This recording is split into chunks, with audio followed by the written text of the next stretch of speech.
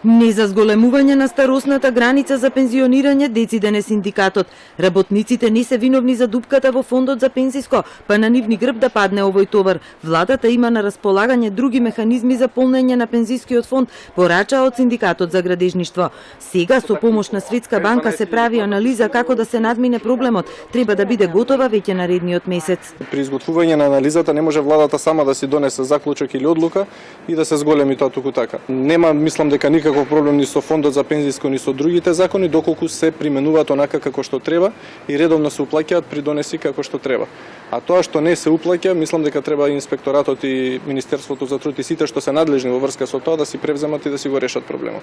Одговарајќи на пратеничко прашање, премиерот Заев вчера рече дека одењето подоцна во пензија е една од можните мерки.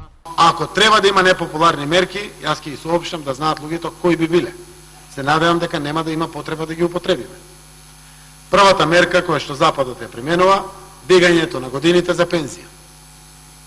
И денеска гледате дека генерално сите што работат во јавна администрација по прилично полесни места остануваат до 67 години. Тие што се на потешки места чекат 64 мажите, 62 жените и одат во пензија. Тие тешка работа. И тоа не е фер и еднаков третман. ММФ неодамна јасно порача земјава да ја зголеми старосната граница и овде во пензија да се оди како во земјите на Европската Унија.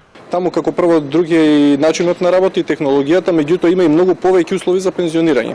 Така што вработените таму имаат право и да бираат доколку сакат и предвремено да заменат за некој износ помалото нешто ќе им следи.